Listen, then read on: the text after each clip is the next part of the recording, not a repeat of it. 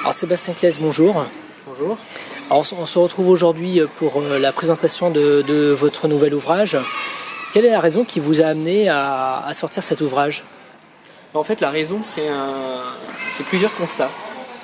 Tout d'abord, c'est le constat de la rupture dommageable entre le monde intellectuel et le monde économique et le monde politique, qui est une rupture qui, à mon sens, devrait se réparer. C'est-à-dire que ces milieux devraient à nouveau entrer en relation, dialoguer et se transformer les uns les autres. Et puis, cette transformation considérable que nous vivons, à la fois dans l'échelle de temps, puisqu'aujourd'hui on réfléchit à l'avenir de l'humanité sur les 10, 20, 30, centaines d'années, milliers d'années, on va dire. Donc on a vraiment changé d'échelle au niveau temporel, mais aussi au niveau territorial, puisqu'on pense à la Terre aujourd'hui de manière globale, dans une logique écologique. Et puis les échelles de temps se transforment. Aujourd'hui, on parle effectivement de disruption, donc, de l'enchaînement continu d'innovations sociales qui nous bouleversent, qui finalement viennent perturber tout un tas de savoirs, de savoir-faire, mais aussi de savoir-être dans notre vie quotidienne. Et je pense que la pensée contemporaine et les penseurs contemporains sont pleins de ressources pour à la fois penser ce constat, ces transformations, et aussi trouver des solutions, des manières de vivre, des manières de repenser le monde, la politique, le quotidien, le dialogue entre nous et la société de manière générale. Et un autre constat, c'est aussi le constat d'une difficulté qu'on éprouve aujourd'hui dans le langage. C'est-à-dire qu'aujourd'hui, on a un langage, tant dans le monde politique que dans le monde économique, qui est très publicitaire. C'est-à-dire qu'on parle d'éléments de langage. L'élément de langage, c'est un élément, c'est une manière de découper, alors que le langage relie. C'est pour trouver une intelligence des choses, c'est-à-dire relier les choses les unes aux autres pour mieux les comprendre. Et cette crise du langage, je pense que il faut essayer de la régler par l'usage des mots, en essayant justement d'utiliser des mots qui ne sont pas des mots creux ou des mots publicitaires ou des mots qui relèvent du marketing, mais des mots puissants, profonds et qui nous permettent de penser la réalité contemporaine.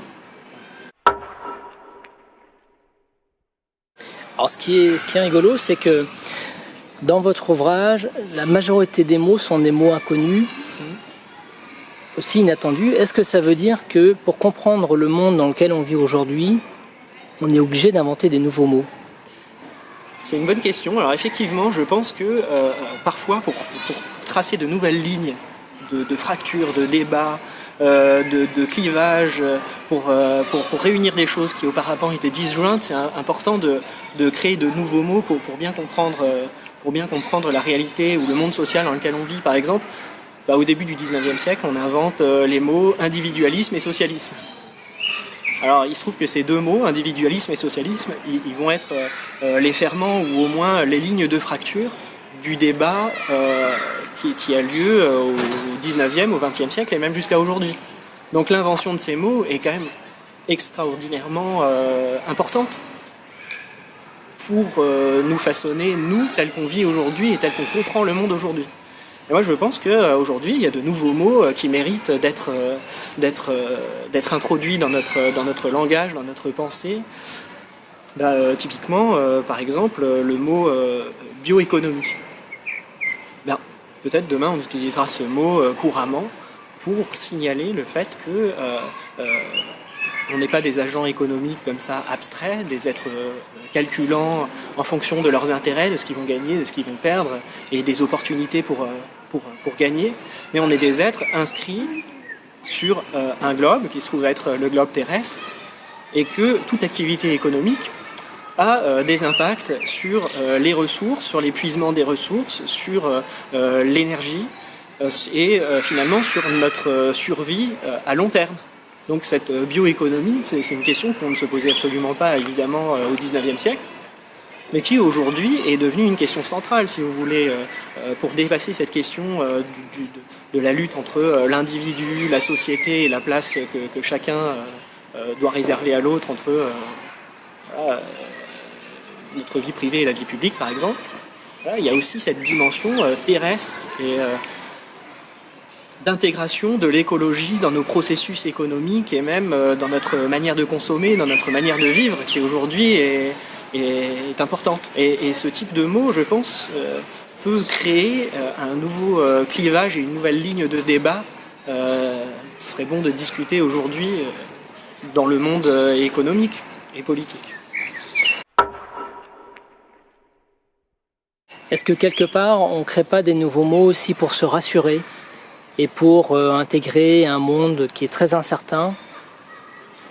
Ça, alors effectivement, nommer les choses, c'est en quelque sorte les comprendre. Et les comprendre, c'est les prendre avec soi. Et les prendre avec soi, c'est les contrôler d'une certaine manière.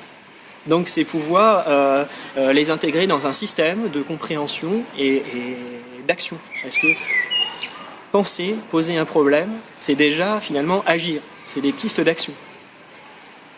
Donc par exemple, on va pouvoir penser avec le mot objet-monde, donc un mot élaboré par Michel Serres, le fait que certains objets, aujourd'hui, acquièrent la taille de la planète ou peuvent se penser sur des milliers d'années.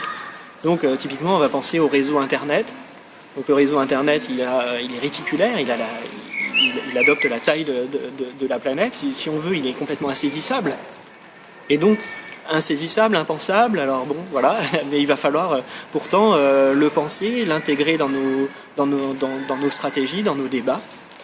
De la même façon, une pollution comme la pollution générée par les centrales nucléaires, c'est quasiment inimaginable de se dire que certains déchets qu'on produit aujourd'hui vont être polluants pour les milliers et les millions d'années à venir.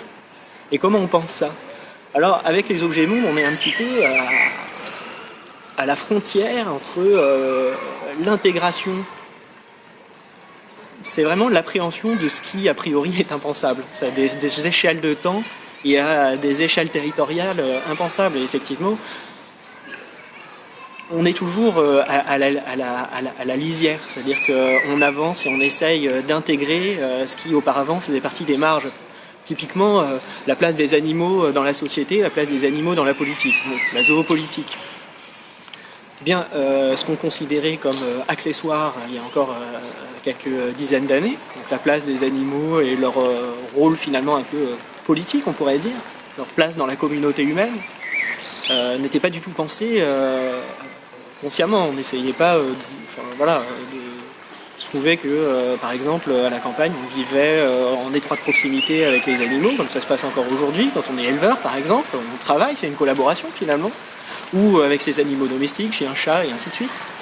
Mais on ne pensait pas dans ces termes-là, c'est-à-dire dans les termes de l'intégration des animaux dans la communauté politique. Alors aujourd'hui, on est en train de ramener ce qu'on considérait aux marges, c'est-à-dire par exemple les animaux, au centre du débat. Bon, ben voilà, ça c'est une manière de s'approprier un mot pour finalement essayer de changer la réalité de nos relations entre nous, nos animaux, et partant avec l'environnement.